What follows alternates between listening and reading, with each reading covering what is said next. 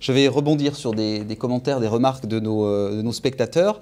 Jérôme dans Lyon nous dit « Bonne idée, point d'interrogation, avec une fiscalité aussi hétérogène dans toute l'Europe ». Peut-être. Et Florence qui réagit aussi sur un peu le même sujet. Dans l'Europe, trop de disparités entre les pays, de lois, de normes, de fiscalité. Comment avoir une Europe forte et ne pas considérer que nous sommes des concurrents les uns pour les autres? Est-ce que vous êtes d'accord sur ce diagnostic? C'est-à-dire que peut-être que les citoyens effectivement se considèrent plutôt privilégiés vis-à-vis d'autres continents, mais qu'ils considèrent qu'à l'intérieur, finalement, il n'y a pas ce socle suffisant pour éviter certaines délocalisations ou d'optimisation fiscale. C'est un sujet qui revient très très souvent aussi chez les internautes. Vous savez, encore une fois, il faut se placer un peu à une échelle de temps un peu plus longue et à l'échelle du monde. L'Europe, en ajoutant son appendice américain au XIXe siècle, qui est devenu après la puissance dominante, a monopolisé les matières premières du monde entier pendant 100 ans. A vécu sur un modèle où, concrètement, les autres étaient complètement subordonnés. On est engagé dans un processus de gigantesque redistribution des richesses. Et vous vous souvenez de la formule de François Ier devant les conquêtes espagnoles et portugaises au XVIe siècle, disant « Je voudrais voir la clause du testament d'Adam qui m'exclut du partage du monde ». C'est ce que nous disent les Chinois, c'est ce que nous disent les Indiens, c'est ce que nous disent tous les peuples en disant on va bien voir la clause du testament d'Adam qui réserve la richesse aux seuls blancs. Bon. Et déjà à l'échelle de l'Europe, on est parti dans des situations de disparité des productivités gigantesques. Alors, comment on intégrait les pays d'Europe de l'Est et du Sud? C'est pas si simple que ça. On dit ils doivent respecter un socle social, certes, mais si vous regardez ce qui s'est passé avec l'Allemagne de l'Est au moment de la réunification, l'Allemagne de l'Est a dû bénéficier des milliards et des milliards de l'Allemagne de l'Ouest, qui a littéralement s'est emparée de l'Allemagne de l'Est. Hein. L'histoire de la montée de l'extrême droite, elle n'est pas en Allemagne de l'Ouest, elle est en Allemagne de l'Est aujourd'hui. Hein. Mais avec la parité du marque, il n'y avait plus aucune industrie productive, plus un seul emploi possible en Allemagne de l'Est après la réunification. On n'avait pas ces milliers de milliards parce qu'eux, ils se sentent une communauté et ils étaient prêts à payer le prix.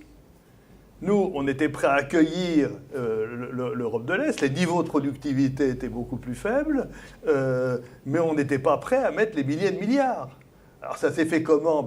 En fermant les yeux sur le respect plus ou moins approximatif des clauses du socle social que les pays avaient signé. Mais quand on était à Bruxelles, ils nous disaient clairement, écoutez, si on les respectait, vu de leur côté, là, il n'y a plus un emploi possible. Alors, évidemment, vu de notre côté, c'est dire, attends, c'est dégueulasse, c'est de la concurrence déloyale. Mais il y a un vrai problème historique de comment on rapproche les niveaux de productivité. Alors, ça, c'est compliqué avec l'euro par le fait que, c'est le drame de la Grèce, vous avez un écart de compétitivité, l'euro a été surestimé par rapport à Draghi pour 1000 raisons. Il n'y a plus le bon vieux moyen ancien de faire tourner la planche à billets et d'évaluer concrètement la monnaie. Donc on ne peut pas rembourser la dette par l'inflation et on ne peut pas retrouver de la compétitivité par l'inflation. On fait comment ? Donc on n'a pas su résoudre ces problèmes, mais il faut comprendre qu'on part de niveaux de productivité extrêmement différents. Et quand on dit on fait un marché unique avec ça, ça pose plein de problèmes de transition. C'est le sens des questions, des commentaires. Gilles, effectivement, de Haute-Saône, nous dit que dans cette Europe, les richesses ne sont pas suffisamment redistribuées. Et puis Marcel de Besançon nous dit comment refonder un projet européen qui soit une alternative aux politiques d'austérité, donc il y a ce prisme-là, et qui ne soit pas le repli souverainiste dans le seul cadre national. Lucas Maciek. Il y a des inégalités dans l'Union européenne, bien sûr, mais là encore, qu'on me montre dans l'histoire un effort de solidarité comparable à ce qui est fait à travers les fonds structurels entre les régions riches et les régions pauvres de l'Union européenne. Et c'était vrai dans la petite Europe à 6. Bon, là, il n'y avait pas beaucoup de régions pauvres, mais quand même. Rappelons que toutes les régions en bénéficient, et la Bourgogne-Franche-Comté, c'est 1,4 milliard d'euros pour 2014-2020. C'est vrai dans l'Europe des 15, c'est vrai dans l'Europe à 28 et malheureusement bientôt à 27 aujourd'hui. Donc il y a une solidarité. Alors, vous savez, là encore, c'est toujours la question du verre à moitié vide. On pourrait en faire toujours plus. Mais moi, je pense qu'effectivement, on a là, d'ailleurs, un phénomène de rattrapage qui est formidable. Si on regarde le niveau de développement économique d'un pays comme la Roumanie, depuis le moment où il était sûr que la Roumanie va être admise au sein de l'Union européenne, et encore davantage depuis qu'elle a réellement adhéré en 2007, on voit une accélération de développement économique qui est juste formidable. Alors bien sûr qu'ils partent de 30% de la moyenne européenne du PIB par habitant, donc s'ils sont aujourd'hui à 60, je crois à peu près, ou quelque chose comme ça, ça reste toujours très peu, mais c'est quand même qu'on a augmenté de 100% et on a réduit d'autant l'écart. Donc cette solidarité, elle existe. Il faut se méfier aussi des regards un peu à sens unique, c'est-à-dire c'est toujours très compliqué d'expliquer à un centre européen, mais ça devait être tout aussi compliqué avant à un espagnol ou à un portugais, le discours très typique en France sur le dumping social. Quand vous êtes dans un pays où toutes les entreprises ont plus ou moins été rachetées par des propriétaires occidentaux, que tous les bénéfices de ces entreprises, qui sont souvent très rentables, sont rapatriés en Europe occidentale. Donc il faut regarder toute l'équation et pas juste, bien sûr, comme toujours dans un système, on perd quelque chose, on gagne quelque chose. Il faut regarder les deux côtés de la balance et je pense que les pays occidentaux ne sont absolument pas perdants dans l'affaire de l'intégration économique d'Europe centrale et orientale. Il y a des gagnants, des perdants, c'est parfois douloureux pour certains, et l'Europe sert effectivement de repoussoir à ce moment-là. Juste pour revenir encore à une idée que j'ai déjà rapidement esquissée, de toute façon le choix est très simple. Soit on va se présenter sur la scène mondiale en ordre dispersé et on sera tous balayés par des forces de la mondialisation qui de plus en plus sera dominée par des acteurs qui n'ont pas la même conception des choses que nous, loin de là. Mais au nom de nos petites différences entre Européens qu'on va revendiquer, qu'on va exalter, on va effectivement gentiment se faire écraser l'un après l'autre, parce qu'aucun pays européen aujourd'hui n'est suffisamment fort pour pouvoir tenir tout seul. Soit on veut peser dans ce jeu mondial dans les 20, 30, 40 années à venir. Et à ce moment-là, il faut qu'on soit capable d'avoir un peu de hauteur de vue et effectivement d'accepter des choses, d'accepter une diversité, d'accepter le fait... Vous savez, c'est très très simple de monter les citoyens les uns contre les autres. Si demain, je vais forger un discours pour expliquer aux Français du continent que ce qu'ils payent pour des Corses, c'est insupportable, que ça coûte beaucoup trop cher et que ce n'est pas juste du tout, j'aurais pas beaucoup de mal à trouver des arguments en les arrangeant comme il faut. Voilà. Mais effectivement, en France, Dieu merci, on n'en est pas à la situation espagnole, où vous avez les régions les unes contre les autres, parce qu'il y a un sens de communauté qui est encore relativement fort, Dieu merci, en France. Ce qui nous manque en Europe, c'est ce sentiment de communauté. Or, nous avons, encore une fois, une extrêmement bonne raison de le ressentir, parce que, grosso modo, quand même, vous demandez à n'importe quel Chinois, n'importe quel Américain, n'importe quel Brésilien, vu de l'extérieur, les petites différences entre la Lituanie, le Portugal, la France et la Suède, et l'Irlande et la Grèce paraissent finalement assez dérisoires. Donc une union à 28 qui sera bientôt une union à 27 avec le départ du Royaume-Uni. On a toujours Jacques de Besançon qui nous dit « L'Europe à 27 n'avancera jamais du même pas. Il faut favoriser l'émergence d'une avant-garde de pays qui veulent aller plus vite et aller plus loin. » On est dans ce qu'on appelle les coopérations renforcées. Ça fait partie des scénarios qui sont sur la table. Certains dirigeants européens appellent ça de leur vœu.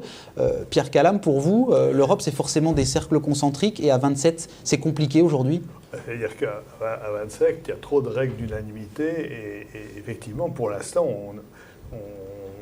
on est pratiquement réduit à la puissance. Donc, de toute façon, il faut retravailler sur la gouvernance européenne d'urgence. Mais je voudrais revenir sur le point précédent qui est la nature du modèle économique à bout de souffle dans lequel on est au niveau mondial. Parce que la grande redistribution de richesses qui s'est opérée depuis 30 ans, parce qu'on s'est accompagné effectivement d'une augmentation des inégalités à l'intérieur de chaque pays. Ça, c'est indéniable. Bon. On me donnait un chiffre à Bruxelles qui est quand même intéressant, qui est de dire, effectivement, en moyenne, le revenu par tête polonais s'est rapproché extraordinairement rapidement de la moyenne européenne. Et de ce point de vue-là, l'Europe est un exemple de réussite. Mais en même temps, 70% des Polonais n'en ont rien vu. Donc on est effectivement à l'intérieur d'un modèle économique, si vous voulez, de polarisation, et ça, les gens le vivent très fort. Et du coup, effectivement, il y a des gagnants, il y a des perdants de la mondialisation, et comme on est complètement impliqué en Europe dans la mondialisation par l'unification du marché, il y a des gagnants et il y a des perdants de l'Europe. C'est absolument indéniable. Donc si on ne travaille pas avec les perdants de l'Europe, et en même temps, si on ne travaille pas sur quel nouveau modèle économique pour le monde, et si on n'y travaille pas notamment avec les Chinois, je veux dire, Trump nous offre une occasion fantastique de construire des perspectives communes avec les Chinois. Mais encore faut-il que l'Europe soit capable de mettre sur la table une vision. Votre interlocuteur a tout à fait raison. C'est cette vision, ce que j'appelle refaire de la construction européenne une épopée. Alors, par rapport à ça, tant qu'on n'a pas revu des règles d'unanimité et on ne les reverra pas, tant qu'il n'y aura pas une dynamique citoyenne pour dire oui, on est une communauté qui vaut la peine d'aller plus loin, d'avoir une souveraineté, il n'y aura pas grand d'autres solutions que des cercles, des coopérations renforcées, c'est sûr. On a des réactions, elles sont plutôt minoritaires, je dirais, mais elles existent, notamment liées à une éventuelle sortie de l'Union européenne, enfin de la France en tout cas, de la zone euro, qui nous redonnerait, en tout cas c'est ce qui est exprimé, de la souveraineté. On a aussi des questions qui reviennent à 2005, hein, donc rappelons le référendum négatif sur le projet de constitution européenne. On nous dit l'Europe de 2005 refusée mais imposée aux Français, une Europe ultralibérale, une politique sociale impossible. Votre sentiment, Łukasz Maciek, et comment convaincre ces citoyens que ce n'est pas la bonne réponse ? Si on regarde les choses du point de vue purement français, je peux comprendre ce point de vue. Le problème, c'est la question où l'analyse est faite d'une manière qui est hors sujet. C'est-à-dire, vous aviez un projet de constitution. Il a été ratifié par une vingtaine de pays. Il y a 2 pays qui ont voté contre et quelques-uns qui ne sont pas prononcés. Est-ce que c'est démocratique de dire, parce qu'il y en a 2 qui ont voté contre, les autres, tant pis, vous vouliez changer, mais non, on ne peut pas, on en reste à l'existant, qui d'ailleurs ne satisfait personne, parce que ceux qui ont voté non, en général, c'était pas pour dire leur attachement au traité de Nice, c'était pour dire que globalement, ils étaient contre l'Union européenne. D'ailleurs, dans le non de 2005, on convergeait des inspirations politiques extrêmement contradictoires. Et c'était pas un référendum pour rester ou pour sortir. Hein. Et donc, fatalement, si on ne veut pas s'arrêter là, et d'ailleurs, c'est impossible de s'arrêter là. On renégocie les choses, et c'est quand même pas un énorme scoop que le compromis renégocié est déséquilibré au profit des 20 qui voulaient avancer, et que effectivement ceux qui votaient non, ils obtiennent quelques concessions. Alors, a fortiori avec les Français, qui entre-temps ont élu un président qui a assez clairement dit comment il entendait les choses et qu'effectivement il voulait renégocier un nouveau traité, passer par une procédure parlementaire, etc. Donc moi je pense que c'est quand même un mauvais procès qu'on fait à l'Europe et que c'est une façon un peu curieuse de définir la démocratie, mais effectivement c'est un vrai problème, c'est-à-dire comment est-ce qu'on définit, qu'est-ce qui est démocratique au niveau international? Est-ce que c'est le fait que le plus petit peut bloquer tout le monde? Ça pose quand même un sérieux problème démocratique. Hein. Si 60 000 Maltais peuvent bloquer un demi-milliard d'Européens, est-ce vraiment démocratique? Et de l'autre côté, effectivement, cette conception de dire non, il faut faire comme ça. Je pense que, comme toujours, l'Union européenne, elle doit trouver un chemin entre les deux. Donc, effectivement, ne pas écraser les petits, effectivement, permettre à l'État le plus petit qu'il soit de se sentir respecté, de se sentir entendu, mais quand même permettre à un certain moment qu'on avance et qu'on avance au gré de la volonté majoritaire.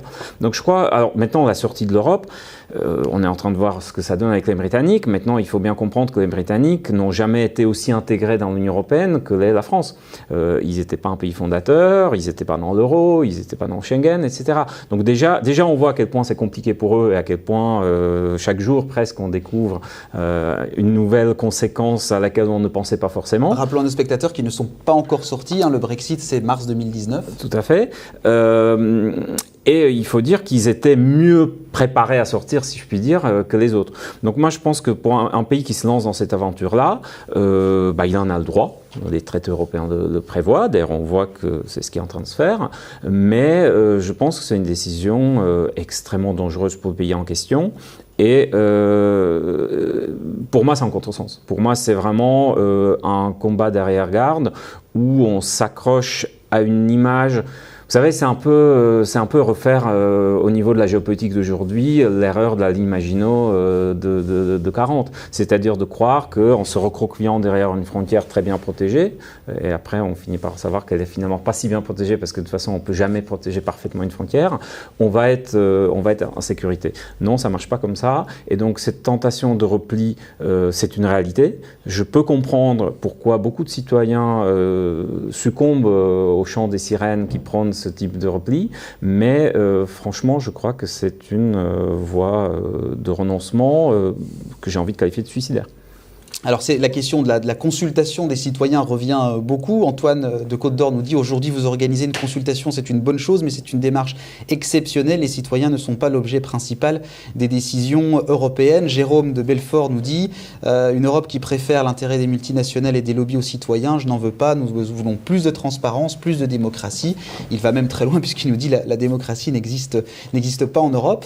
Et François nous dit voilà très très récemment sur Internet l'Europe est une bonne idée, mais les citoyens ils sont peu sensibilisés. Si l'Europe doit mener des projets en coordination avec ses citoyens, elle doit les intéresser, les sensibiliser.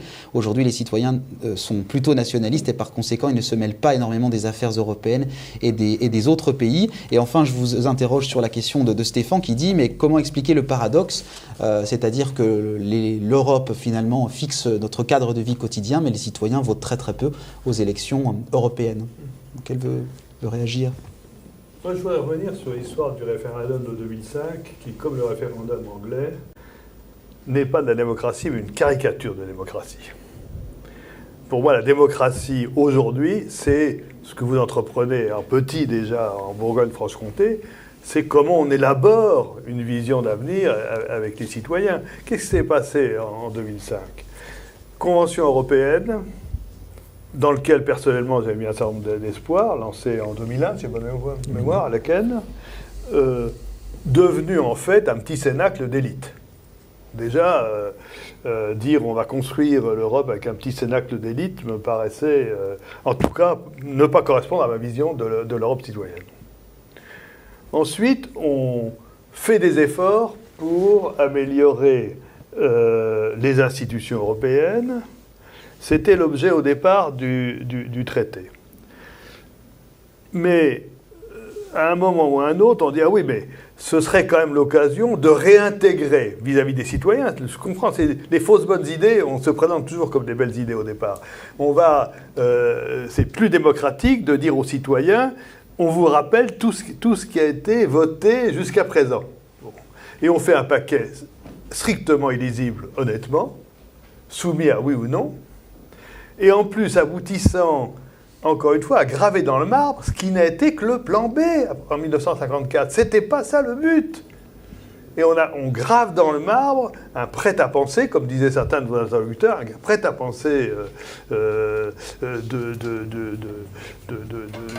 libre marché qui ne correspond plus aux besoins du temps.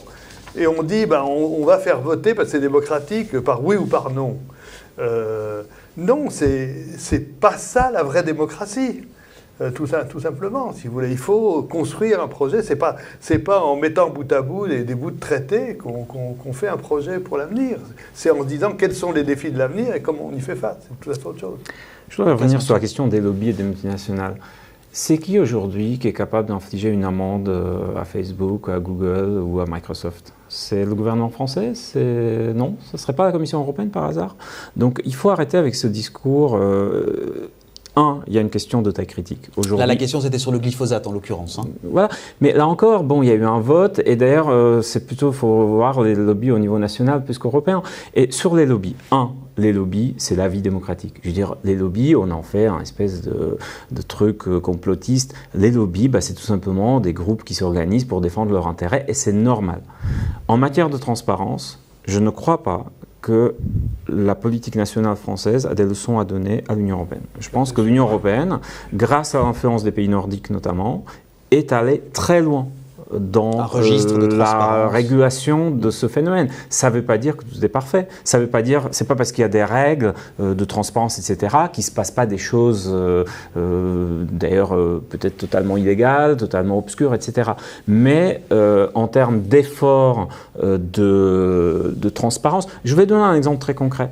Ce qui est très important aussi, c'est comment est-ce qu'on désigne les personnes sur des postes clés. J'attends toujours qu'en France, on organise une audition d'un candidat au poste de ministre dans le gouvernement français.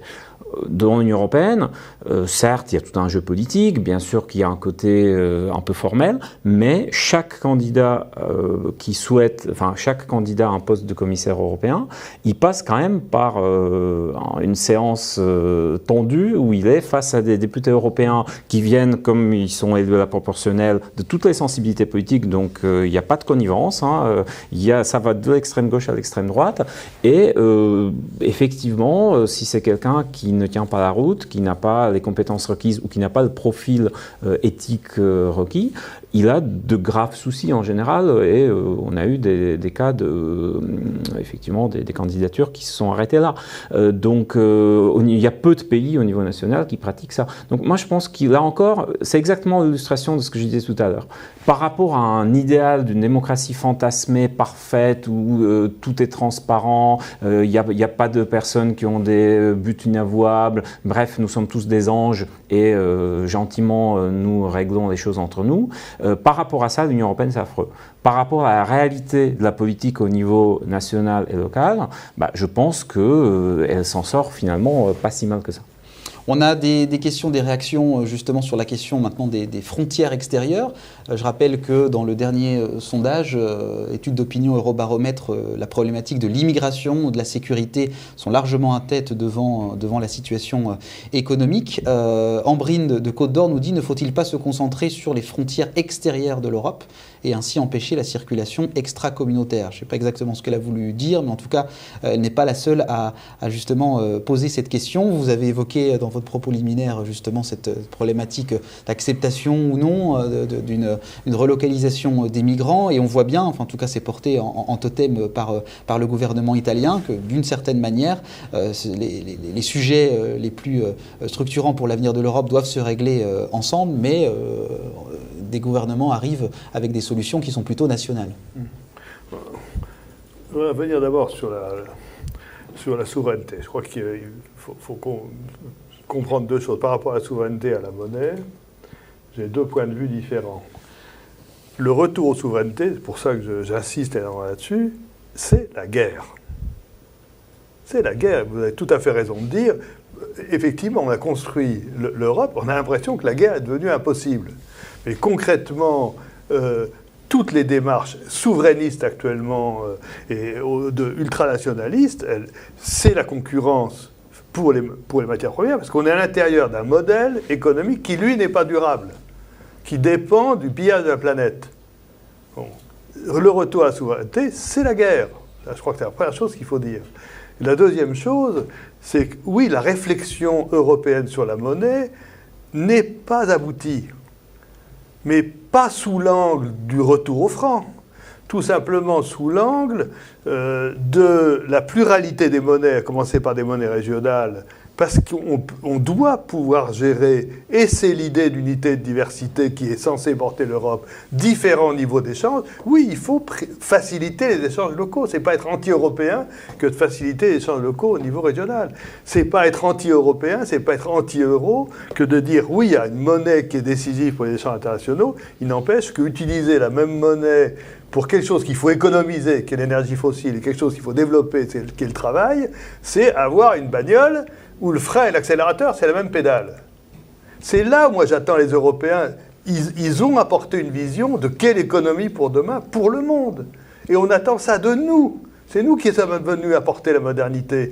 Les gens ne se rendent même pas compte à quel point les autres peuples continuent à attendre des choses, la capacité des Européens à essayer de se projeter dans l'universel. Alors, à titre d'exemple, dans quel domaine, par exemple, l'Europe peut être attendue? Vous avez utilisé dans une de vos publications le terme de l'Europe comme un phare qui pourrait effectivement être un peu en avance. Si vous voulez, il y a 4 défis du XXIe siècle. Pas un de plus, pas un de moins. 4 défis. On me dit c'est très compliqué, il faut de grands experts. Ça n'est pas vrai. Moi, j'ai fait le processus international de dialogue. Premier défi, on a une seule planète, elle est fragile, on est en train de la bousiller. Comment est-ce qu'on construit une communauté de destin? D'où l'importance que, d'accord, déjà construisons une communauté de destin européen qu'on n'a pas. Construisons un dialogue entre les citoyens pour construire une vision de l'avenir qu'on n'a pas. Mais si on ne le fait pas avec les Chinois, vous savez, la vie internationale, elle repose encore sur l'idée que on habite des logements différents, puis que oui, bah, effectivement, on se croise dans l'escalier, qu'il ne faut pas se bousculer, etc. Non, on partage maintenant la même cuisine, le même frigo, on est colocataire d'une planète fragile. Bon. Qui est-ce qui est en mesure de donner l'idée d'un processus par lequel les citoyens dialoguent pour prendre conscience de leur destinée commune, construire une communauté mondiale? C'est l'Europe qui peut être phare, c'est pas les autres. Les autres, ils sont encore enfermés dans des visions de souveraineté. L'ONU est enfermée dans une vision de la souveraineté qui est une impasse. Bon, première chose. Deuxièmement, on a besoin de se mettre d'accord sur les valeurs communes. Les valeurs communes pour gérer la planète, c'est forcément la responsabilité. Parce que c'est le reflet de la reconnaissance qu'on doit prendre en compte l'impact de nos actes sur les autres. Qui est-ce qui est en mesure, relativement vite, de construire une charte des responsabilités comme cœur de l'éthique? C'est l'Europe. Mais est-ce qu'elle serait partagée? Parce que la difficulté, c'est que les Américains portent Trump au pouvoir, les Turcs confortent Erdogan et Poutine. Là, encore une fois, si vous voulez, je pense qu'il y a quand même des alliances fortes à porter, que je maintiens, pour avoir sillonné le monde, qu'il y a une attente forte à l'égard de l'Europe, une attente déçue actuellement, mais il y a une attente par rapport à ça. Il n'y a pas de vision et je pense qu'on est capable de le construire. Troisièmement, on est obligé de construire un mode de gestion des sociétés qui aille du mondial au local. Qui est-ce qui est le plus avancé pour inventer, avec toutes les limites du truc, mais quand même, une forme de gouvernance à multiniveau? C'est l'Europe. Parce qu'elle a été obligée de penser ça. C'est pas au niveau des États-Unis que ça se pense. Alors, manque de chance, qui est-ce qui est capable d'imposer son droit au niveau extraterritorial? On le voit encore avec l'histoire de l'Iran. C'est les États-Unis. Notre pouvoir de marché à nous, consommateurs européens, est supérieur à celui des États-Unis. On ne sait pas l'utiliser. On ne sait pas l'utiliser. C'est quand même notre problème à nous. Mais on a les moyens de le faire. On a les moyens de proposer le mode de gouvernance qui est nécessaire au XXIe siècle. Et on est en mesure de tracer les grandes lignes, y compris, je l'évoquais au niveau monétaire, de ce que peut être un modèle économique viable. Notre modèle économique est inviable. Au niveau mondial, il est inviable. Et donc, on est capable de porter ça. Et là, on retrouve la conscience de l'épopée sans lesquelles un peuple ne peut pas exister. Lucas Maczek, ma question initiale, c'était sur les migrations, je reviendrai, sécurité, voilà, frontières extérieures. On est évidemment pris entre deux choses qui sont extrêmement difficiles à réconcilier. C'est-à-dire, d'un côté, il y a une aspiration à la sécurité à l'intérieur, du côté des citoyens européens, qui, par les temps qui courent, effectivement, regardent avec beaucoup de méfiance beaucoup de choses, et entre autres les mouvements migratoires, surtout s'ils ont le sentiment qu'ils sont incontrôlés. Et de ce point de vue-là, le spectacle, effectivement, des centaines de milliers de personnes qui sont entrées sur le sol de l'Union européenne sans qu'il y ait une quelconque régulation de ce flux-là, ça n'a pas duré très longtemps, mais en tout cas, à un moment donné, c'est ce qui s'est passé dans les Balkans. Ça a quand même marqué les esprits. Et on peut comprendre que le paysan de la Hongrie du Sud qui voit des dizaines de milliers de personnes qui passent dans le champ derrière sa maison, effectivement, il a peur. De l'autre côté, il y a un devoir d'humanité. L'Europe, elle a des valeurs, il y a des choses inacceptables. Et donc, il faut trouver, je dirais, un mélange entre une certaine fermeté et en même temps avec de l'humanité. Et ça, clairement, l'Europe a beaucoup de mal à construire ça. D'autant plus que là encore, nous avons une difficulté à opter pour des solutions réellement européennes. C'est-à-dire les pays les plus touchés, les pays méditerranéens, ils demandent l'aide européenne, mais en général, ils entendent par là, donnez-nous l'argent et nous, on va gérer.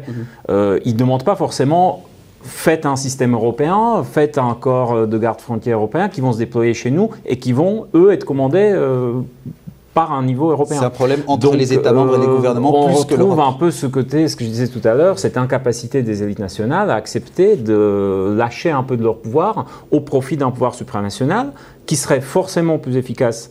Mais encore faut-il lui donner les moyens de cette efficacité. Or, quelque part, et du coup on transforme l'Union européenne, une fois de plus, sur un thème éminemment politique, en une espèce de gigantesque tirelire qui finalement ne sert qu'à redistribuer de l'argent pour financer des actions nationales, d'autant plus que du coup c'est effectivement compliqué pour les citoyens européens d'influencer ce qui se passe. C'est-à-dire si vous avez un système européen qui est délégué à un pays, c'est-à-dire ce sont les Grecs qui gèrent leurs frontières avec l'argent européen, c'est quand même plus compliqué de s'assurer que du coup ils respectent quand même un certain nombre de valeurs, de procédures, etc. Donc moi je pense qu'il faut effectivement développer un système européen de protection des frontières. Il faut que ce système tienne compte des deux aspects de problème, c'est-à-dire effectivement assurer aux citoyens européens qu'on ne rentre pas dans l'Union européenne comme dans un moulin, mais de l'autre côté que les personnes qui arrivent sont accueillies d'une manière digne, qu'effectivement les centres dans lesquels on les place en attendant de clarifier leur situation, de vérifier qu'effectivement ils ont droit à un asile, etc., qui sont logés dans des conditions dignes et qu'on n'assiste pas à des scènes choquantes auxquelles on a pu malheureusement assister et on assiste tous les jours.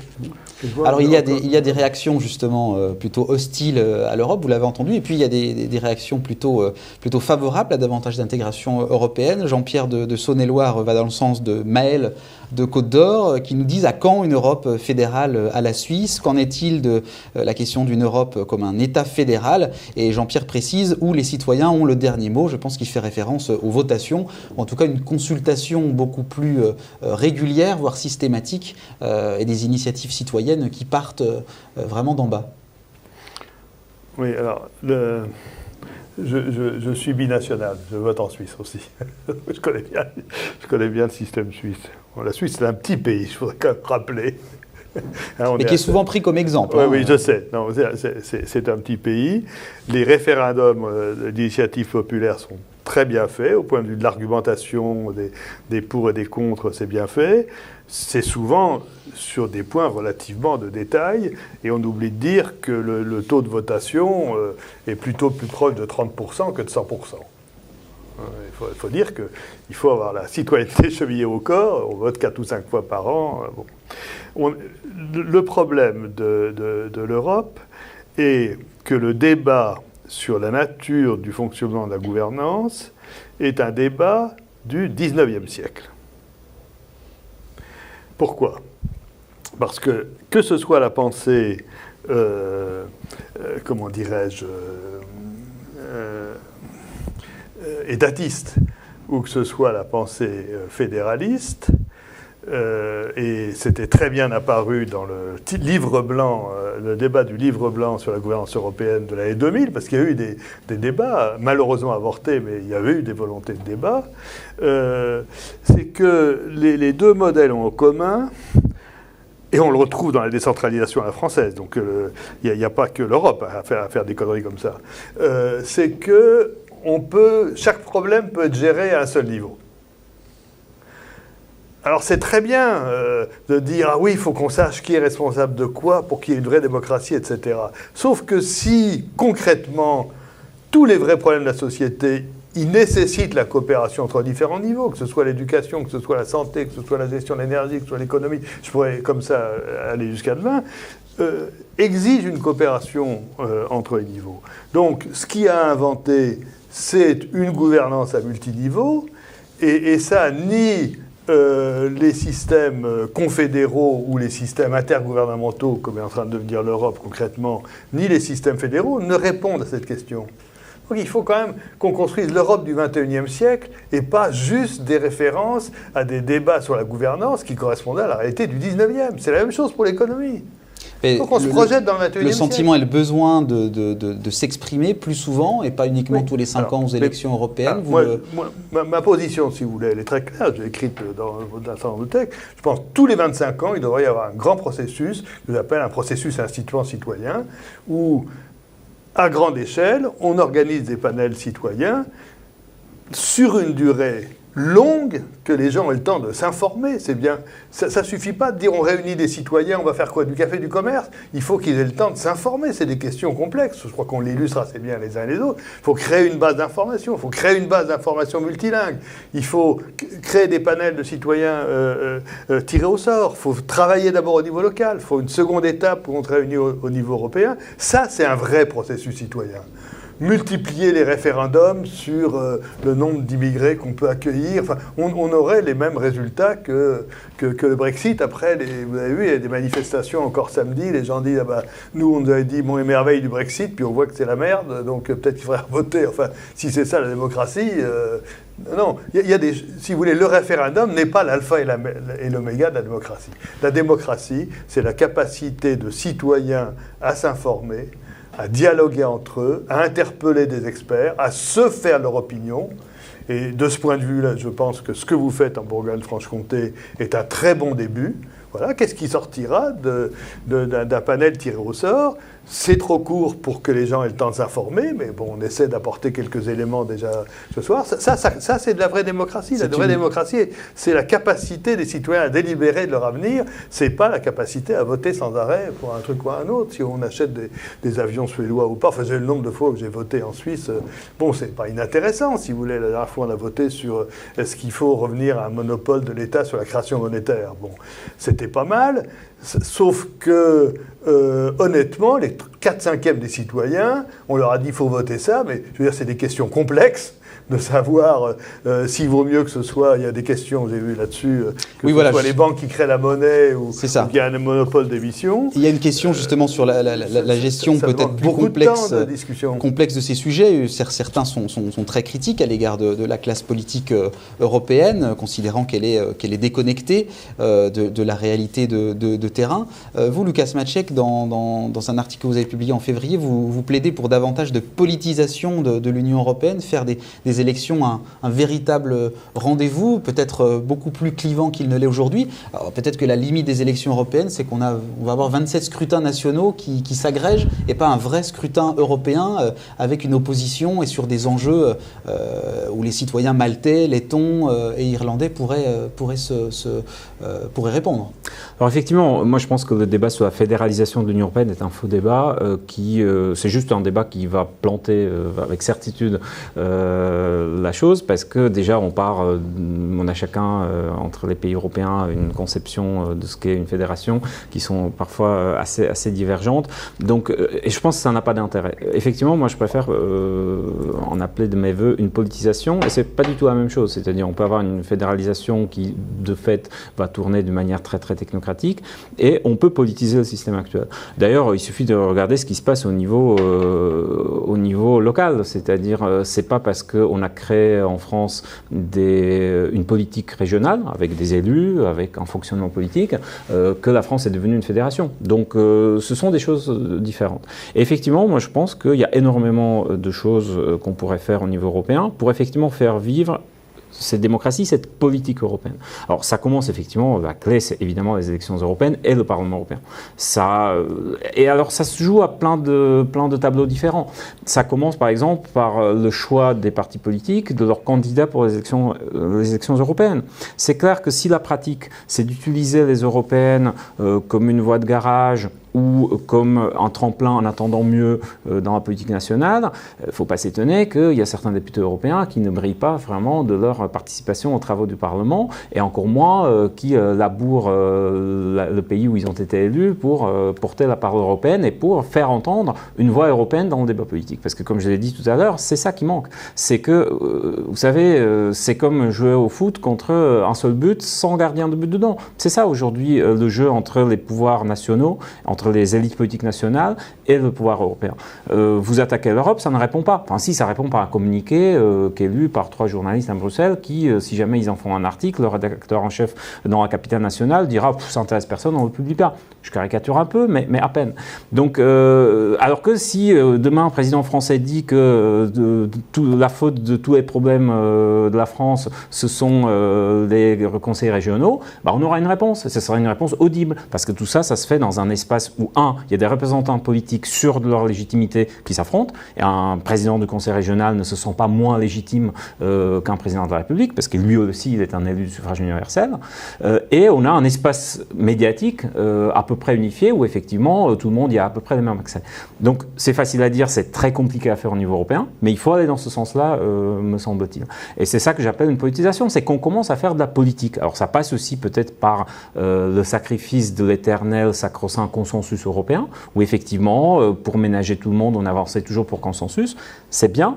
Le problème avec le consensus, c'est qu'à un moment donné, plus personne ne comprend qui est responsable de quoi, et les gens ont besoin en politique de se positionner. Et donc effectivement, je pense qu'il faut faire émerger un véritable clivage majorité-opposition au niveau européen. Alors ça va être compliqué, surtout dans la conjoncture actuelle où les extrêmes sont très très hauts, c'est-à-dire on va avoir la même chose qu'on a au niveau national. Aujourd'hui, dans n'importe quel État membre, soit vous avez les modérés qui s'allient avec les extrêmes, d'un côté de l'échiquier politique, soit ils font des grandes coalitions, qu'on appelle comme ça, qu'on appelle autrement. Parce qu'effectivement, l'espace politique s'est réduit pour des forces, on va dire, qui ne sont pas anti-système. Donc soit on est obligé de faire des alliances avec des anti-systèmes, soit on est obligé de relativiser le clivage gauche-droite. On risque, alors effectivement, mettre en place, faire fonctionner un clivage gauche-droite au niveau européen aujourd'hui, c'est plus compliqué. On aurait dû commencer il y a 30 ans, quand l'espace politique était un peu moins contraint par les extrêmes, mais mieux tard que jamais. Donc moi, je pense qu'à un moment donné, il faut que... Vous savez, souvent, par exemple, les gens pensent que les institutions européennes sont trop compliquées, qu'on peut rien comprendre. C'est un reproche qui est fait, l'éloignement, quelque chose de très complexe, de flou. Moi, je suis persuadé que le système institutionnel européen n'est pas plus compliqué que le système institutionnel de la Ve République française. En fait, les gens ne connaissent pas bien le système, mais ils ont le sentiment qu'il leur est familier, parce que les têtes d'affiche, ils s'identifient, ils savent qu'ils ont voté pour ou contre celui qui est président de la République, ils savent qui est leur député, etc. Donc comme les gens mettent des visages dessus, ils ont le sentiment de maîtriser. Mais demandez aux gens dans la rue, aux Français dans la rue, comment sont désignés les sénateurs et quels sont leurs pouvoirs. Demandez à un Français déjà la différence entre le conseil départemental et le conseil régional au niveau de compétences. Les gens, c'est très très complexe tout ça. Mais les gens ont le sentiment que c'est pas si complexe que ça, parce que dans les grandes lignes, ils comprennent. Et ils comprennent parce que là encore, ils ont des repères qui leur permettent de se positionner. On manque de ces repères-là au niveau européen. Et un des repères majeurs, c'est l'identification politique. C'est-à-dire, on ne sait pas exactement comment finalement fonctionne le gouvernement français, mais on sait si on est d'accord ou pas d'accord avec lui, parce qu'on sait si on a voté ou n'a pas voté pour les partis qui le composent. Et c'est ce mécanisme-là qui, au niveau européen, est extrêmement faible et il faudrait le renforcer. Je vous propose, avant qu'on ne termine cette émission, des questions qui appellent à vos réponses assez rapides. Le dépassement du cadre national et du court terme est-il encore possible ? Au niveau européen, on a l'impression, c'est le sentiment que l'Europe gère des crises, mais qu'il n'y a pas de vista, de cap, d'horizon, pour revenir à ce qu'on disait au départ. Est-ce qu'on peut dépasser le court terme ? C'est pas est-ce qu'on peut. Est-ce qu'on doit ? Est-ce que va-t-on y arriver ? Suicidaire de ne pas le dépasser. Je crois, encore une fois, citons-nous à l'échelle du monde. On est dans une crise systémique gigantesque. Gigantesque. On est en train d'épuiser la planète, on est en concurrence sur les ressources, on est en train de bousiller le climat, c'est les pays du Sud qui vont être les premières victimes, on ne veut pas entendre parler de justice climatique, on aura les migrants à la place. Donc la question, je l'ai vue émerger dans les 90, c'est très intéressante, c'était les préludes à ce parce qu'il y a des points sur lesquels, j'avoue, je suis en désaccord avec vous. La crise de la démocratie représentative, elle est partout, sauf au niveau local. Mais la perte de crédibilité des élites politiques nationales, elle n'est pas propre à l'Europe. Elle est aussi lourde que la perte de crédibilité des institutions européennes. Avec la différence que vous avez bien soulignée et qui était très visible dans le débat des années 2000, dans le livre blanc de l'Europe, dire quand une scène politique ça sert à clarifier les enjeux. Dès lors que tous les moyens d'interprétariat de l'Europe sont donnés aux institutions européennes. Moi, j'ai revendiqué, j'ai écrit à Juncker en disant, écoutez, et si 5% des moyens de traduction et d'interprétariat étaient alloués aux citoyens qui finalement le payent pour pouvoir échanger entre eux. Tous les moyens sont réservés au dialogue interne aux institutions. Donc il n'y a pas de scène publique, on ne peut pas échanger avec les Allemands sur notre vision de l'avenir. Je pense que ça commence véritablement par là. Et à ce moment-là, je veux dire, les gens, ils sont pas idiots. Oui, je disais, dans les années 90, j'ai vu émerger la question, la démocratie est-elle capable de long terme ? Ben, chers amis, si la démocratie n'est pas capable de long terme, vive la dictature. Parce qu'on a un problème de long terme qui est de conduire une mutation. Si seuls les Chinois sont capables de le faire, on va dire aux Chinois. Donc je crois que la situation est grave. Non, il y a une responsabilité des élites politiques à organiser la réflexion de la société sur elle-même par rapport aux défis à long terme. Et j'ai dit à quel point ces défis à long terme sont relativement simples à identifier. C'est là-dessus que doit porter le débat politique, beaucoup plus que de savoir sur les gauches ou de droite, machin. C'est vraiment qu'est-ce qu'on va faire du monde. Une autre question. C'est ça le sujet du politique aujourd'hui. Pourquoi les États-Unis, la Chine, la Russie ont-ils tout intérêt à ce que l'Europe n'avance plus ? Je ne suis pas sûr qu'ils ont l'intérêt, c'est-à-dire l'intérêt bien compris. Je pense que pour des raisons qui viennent d'être évoquées, à un moment donné, on est tous sur le même bateau. Alors c'est très vrai pour l'Europe, c'est vrai pour la planète. Mais à court terme, justement, avec une vision étroite et très traditionnelle, très 19e siècle, ou tout ce qui était avant, bah, c'est une question de rivalité. Et on voit bien, enfin je vais prendre l'exemple qui m'est peut-être le plus familier parmi les pays que vous avez cités, l'exemple de la Russie.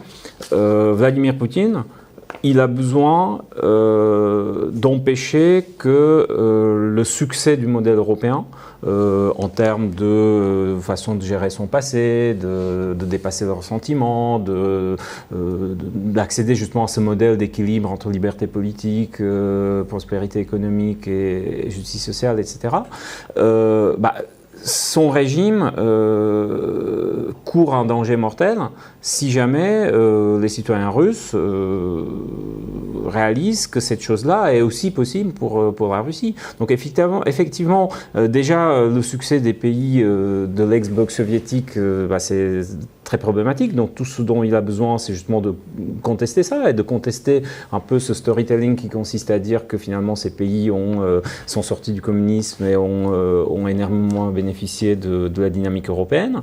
Et évidemment, le pays le plus proche culturellement de la Russie qu'est l'Ukraine, il a surtout besoin que l'Ukraine ne prenne pas le chemin européen, parce que le jour où l'Ukraine connaîtra le chemin des pays d'Europe centrale et orientale, la question de la Russie va se poser, et donc la question de survie du régime de Vladimir Poutine. Donc je crois que c'est à peu près similaire pour certains autres pays. Le cas américain étant très différent, parce que là, pour le coup, on est entre démocraties, entre quand même ensembles qui sont profondément liés et alliés, malgré les difficultés actuelles. Trump n'a jamais fait de mystère. Oui, mais le Brexit, il a invité les autres pays à faire pareil. Disons que donnons-nous un peu de temps pour savoir si Donald Trump est une anomalie ou une nouvelle normalité américaine. C'est peut-être un peu trop tôt pour le dire. Okay. Une question justement, vous parlez d'Europe centrale et orientale, qui est liée aux droits de l'homme. Jean-François de Côte-d'Or nous dit « L'Europe est une bonne idée, mais malgré tout, elle doit être garante du respect des droits de l'homme et des valeurs qu'elle promeut. Comment contrôler dans ce sens les États qui vont vers... il parle d'extrémisme, c'est peut-être un abus de langage, je ne sais pas ce que vous en pensez, mais il parle de la Pologne, de la Hongrie, maintenant l'Italie. Ce sont des démocraties qui ont porté au pouvoir des gouvernements avec une pratique politique particulière, mais comment est-ce qu'on gère la règle et la pratique une Europe qui se veut être celle des garants des libertés, des droits fondamentaux. Je rappelle qu'il y a une charte européenne des droits fondamentaux qui nous est probablement enviée sur d'autres latitudes. Pierre Calam ? C'est une question de pragmatisme. Je crois qu'il ne faut absolument pas exclure de vraies sanctions. Est-ce qu'il y en a le courage ? Ça, je ne sais pas. Mais pour être franc, je crois que, encore une fois, le problème le plus lourd n'est pas là. C'est qu'on a créé des sociétés à irresponsabilité illimitée. Et que le problème est de remettre la responsabilité au cœur du système. On ne fait pas une société juste en additionnant des droits. Je crois qu'un des gros problèmes de la vision de l'Europe, c'est de dire la démocratie représentative plus le droit plus le marché, ça fait société. Non, ça ne fait pas société. Et en plus, ça ne fait pas une vision de l'avenir dans une situation de conduite d'une mutation systémique. Ça ne marchera pas. C'est tout. C'est pas ça. C'est ça le vrai problème. Il y a un autre problème qui est extrêmement important, c'est la question d'exemplarité. Si vous regardez sur des forums de discussion italiens, les réactions, y compris des gens qui ne sont pas des électeurs des partis au pouvoir, face à l'accrochage entre Emmanuel Macron et le gouvernement italien. Ils rappellent tous ce qui se passe à Vintimille depuis 3 ans. Donc je pense que taper, entre guillemets, sur des pays alors qu'on a soi-même une attitude pour le moins ambiguë sur le sujet sur lequel on critique les pays en question, ça a toutes les chances d'être contre-productif. C'est-à-dire, moi, par exemple, je pense que si demain on va passer à des sanctions financières contre la Hongrie et la Pologne, on va juste renforcer Viktor Orban et le sentiment d'anti-Europe. Parce que ça va faire bloc autour de lui. La meilleure façon, de toute façon, de renforcer une position extrémiste, c'est de contribuer à la création de ce que déjà ils essaient de créer comme sentiment, c'est-à-dire forteresse assiégée.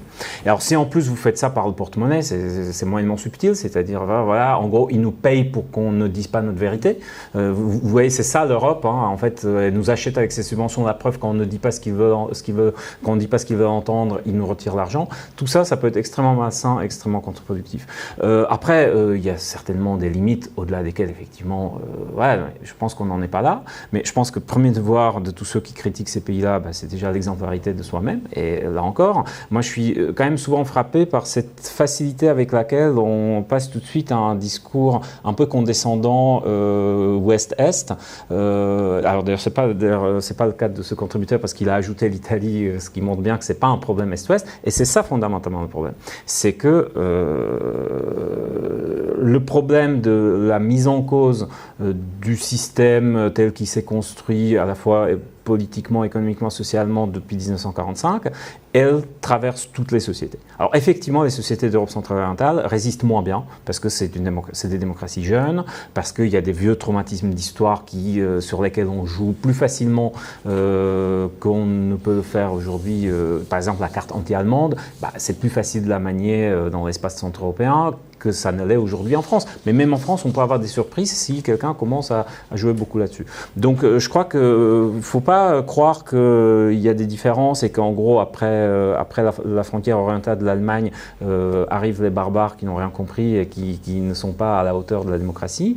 Avant de dire ça, il faut peut-être voir toutes les limites qu'on a chez eux. Donc exemplarité, et puis effectivement un soutien aux forces politiques, parce que ces combats-là, ils doivent être gagnés à la maison. Et effectivement, du moment où l'opposition au niveau national se retrouve dans une posture de, entre guillemets, l'agent de l'étranger, parce que le pays est sous pression de l'étranger, vous la tuez. Une question qui nous ramène au thème économique. Comment faire confiance à l'Europe quand on a le sentiment qu'elle nous dicte ce qu'on doit faire? Et puis Jérôme de Lyon va aussi dans ce sens-là. Donc avec l'Europe, on abandonne nos services publics pour le privé. Quel est l'intérêt économique pour nos concitoyens? On va presque dans la caricature, mais c'est quelque chose qui revient souvent. Voilà, le sentiment que l'Europe impose un certain cadre. Quel est votre sentiment là-dessus?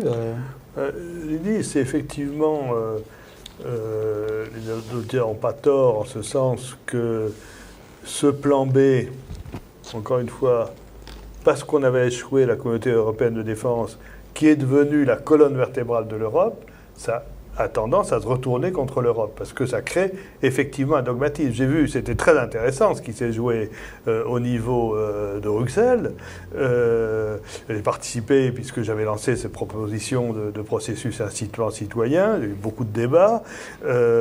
En novembre 2016, là, il y a eu quand même un vrai traumatisme du Brexit. Et les fonctionnaires de Bruxelles, enfin tout le monde a dit non, il faut qu'on repense notre modèle mental, notre logiciel ne marche plus du tout, etc. 6 mois après, les Anglais voient que le Brexit merdoit, hop, tout le monde a repris sa confiance et on retombe dans le prêt-à-penser. C'est une réalité. Est-ce que le logiciel européen, il est trop libéral ? C'est la critique qui est souvent formulée. Oui, c'est-à-dire les défis ne sont plus autour de on unifie un marché européen. C'est plus ça le problème. Le problème, c'est de réorienter notre modèle économique pour qu'il soit durable et qu'il soit inclusif. Bon, pour l'instant, ça n'est effectivement pas le cas. Alors maintenant, est-ce que le bon test, c'est le service public à la française ? Moi, la réponse est non. Il y a eu des travaux, si vous voulez, de comparaison des services publics européens qui sont extrêmement intéressants. Le vrai critère, c'est la capacité c'est pas la nature publique ou privée des opérateurs, c'est la capacité des opérateurs à coopérer, c'est la capacité à impliquer les citoyens. Et ça, on a du mal à le comprendre. Vous prenez, on nous sert le modèle suédois. Le modèle suédois, c'est quoi ? C'est une vraie distribution financière, c'est au niveau des communes que ça se décide, et les opérateurs sont indifféremment publics ou privés. C'est pas un modèle à la française du monopole. Ouais. C'est ridicule. Effectivement, ce qui n'était pas imposé par l'Europe, mais convenu par les États européens à travers les institutions européennes, parce que c'est comme ça que ça se passe, c'est par exemple l'ouverture à la concurrence, par exemple, sur le rail. D'accord. Mais une fois qu'on a dit ça, on ne dit pas qu'on démantèle les services publics. Au niveau de chaque pays, on peut se mettre d'accord sur la délégation des missions de service public, on peut se mettre d'accord qu'on met plus ou moins de budget là-dessus, on peut mettre des cahiers de charges plus ou moins contraignants. Autrement dit, moi, quand je regarde l'Union européenne, je vois deux points essentiels par rapport à cette question. Un, une énorme diversité des modèles sociaux qui, malgré tout ce qu'on peut dire, ne sont pas en train de converger vers un espèce de modèle bruxellois unique. C'est-à-dire, les pays nordiques gardent leur système, les Britanniques gardaient jusqu'ici leur système, et ils vont le garder aussi sans doute après Brexit, peut-être d'ailleurs plus difficilement, etc., etc. Et de l'autre côté, dans le discours politique, moi, ce qui m'amuse quand même beaucoup, c'est que depuis que je vis en France, on me rabat les oreilles tous les jours par l'Europe ultralibérale. Avant, quand j'habitais en République tchèque, je luttais tous les jours avec des eurosceptiques qui expliquaient que l'Union européenne, c'est un complot socialiste contre la liberté. Donc, quand j'entends ces deux discours, il y en a un probablement ils sont les deux faux, ou alors il y a vraiment un marché de dupes horrible. Et moi, je pense qu'il faut arrêter de penser, et d'ailleurs c'est pour ça que je suis très gêné par cette expression de prêt à penser européen. Justement, la nature de la politique, c'est qu'il y a une diversité de points de vue. On n'a pas les mêmes valeurs, on n'a pas les mêmes conceptions, on valorise pas, on n'a pas la même échelle des valeurs. Et c'est pas parce que cette idée que l'Europe sera populaire parce qu'elle va faire une politique qui plaira à 40, à 50, peut-être même à 70% de la population, c'est une idée complètement folle. Il faut que l'Europe organise un débat d'idées, une controverse politique, avec des majorités qui vont évoluer au gré des élections. Et surtout, il faut que lorsqu'on est du côté de la minorité, on ne s'en prenne pas directement tout de suite au cadre. C'est-à-dire en France, lorsqu'on perd les élections, on ne conteste pas l'existence de la France. C'est exactement ce qui se passe dans l'Union européenne. Dès qu'on a le sentiment que les décisions qui sont prises par les institutions européennes dans un moment M, parce qu'il y a une conjoncture politique qui fait que c'est ces solutions-là qui sont préférées, tout de suite on dit il faut renverser la table, il faut tout casser. Et là on revient à la question de communauté. Il faut effectivement qu'on se fasse à cette idée que nous sommes des citoyens européens qui formons un ensemble politique. On est au tout début de ce processus, mais là encore, il faut être un tout petit peu optimiste. C'est-à-dire, si on regarde le chemin parcouru, c'est quand même formidable.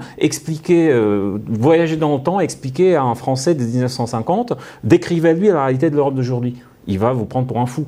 Donc, il faut peut-être là aussi arrêter un tout petit peu avec cette autoflagellation dont je parlais au début. Ou comme le disait Pierre Calam, d'expliquer ce qu'est l'Europe à des citoyens, à des habitants d'autres continents. On va bientôt se quitter. Je voulais simplement vous demander si vous aviez la capacité de mettre 3 dossiers sur la table pour vraiment donner un nouvel élan, donner de nouveaux droits aux Européens, essayer d'être inventif et redonner foi dans le projet européen. Ces 3 dossiers, ces 3 idées, ce serait quoi, Pierre Calam ?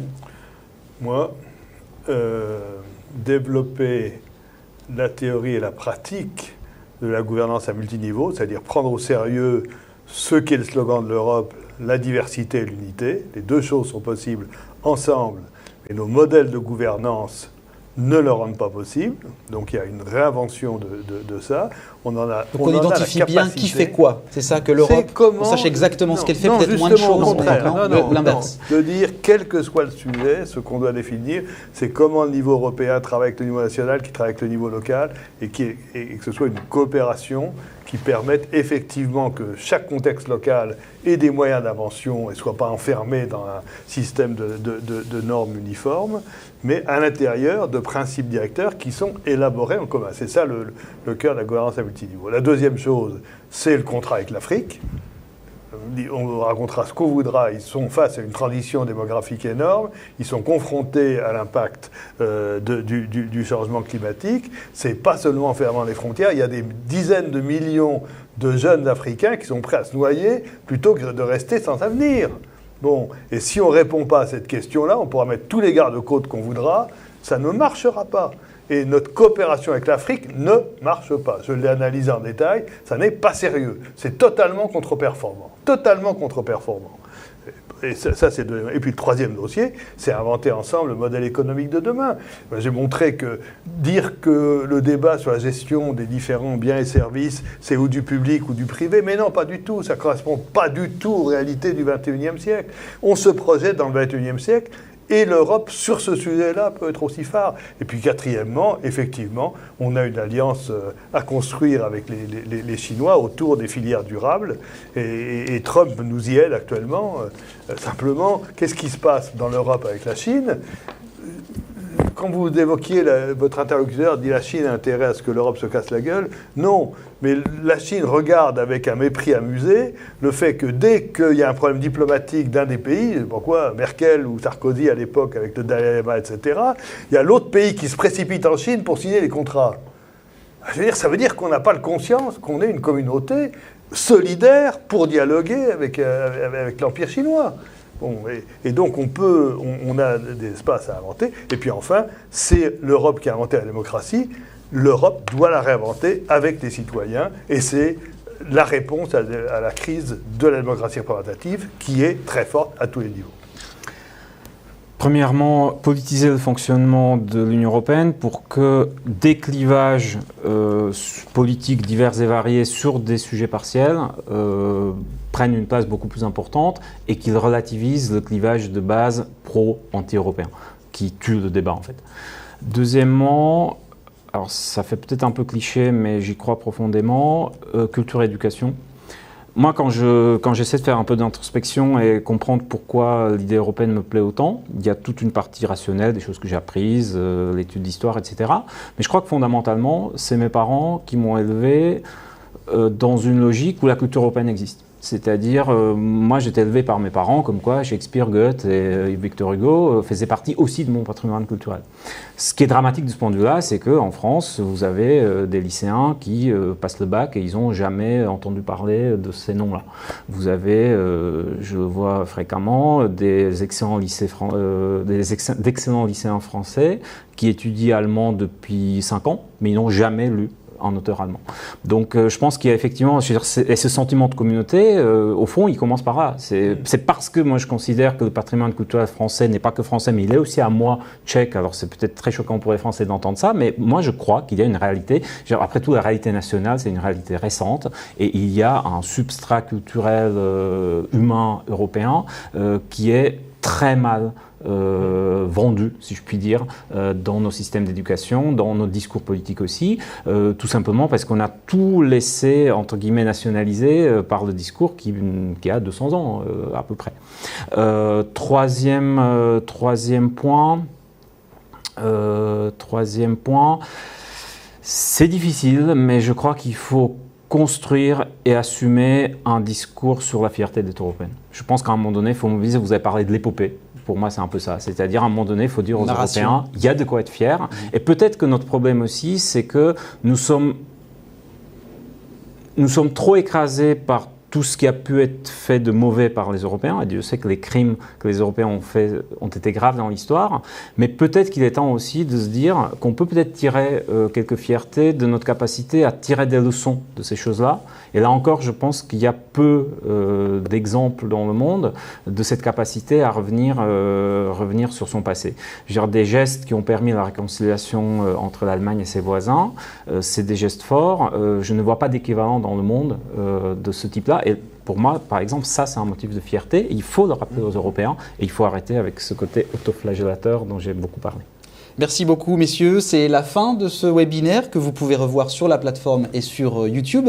Nous vous invitons à continuer à alimenter la réflexion en commentant, en utilisant le même formulaire. Rendez-vous la semaine prochaine, le 3 juillet à Dijon à 20 h au Bistrot de la Seine et le 4 juillet à Besançon, même heure, 20 h au Petit Cursal pour le spectacle L'Europe à la barre, qui est un spectacle gratuit. On fait le procès de l'Union européenne. Vous pouvez vous inscrire en ligne et n'hésitez pas à en parler autour de vous. Vous pouvez aussi rendre visite à la Maison de l'Europe dans ses locaux à Besançon et à Dijon. N'hésitez pas à nous suivre aussi sur les réseaux sociaux. Et bien sûr, rendez-vous à l'automne prochain pour découvrir le fruit du travail de ce panel de 50 citoyens tirés au sort ou volontaires qui seront réunis la semaine prochaine à Besançon au Conseil régional pour réfléchir sur cette idée. L'Europe est-elle toujours une bonne idée? Bonne soirée.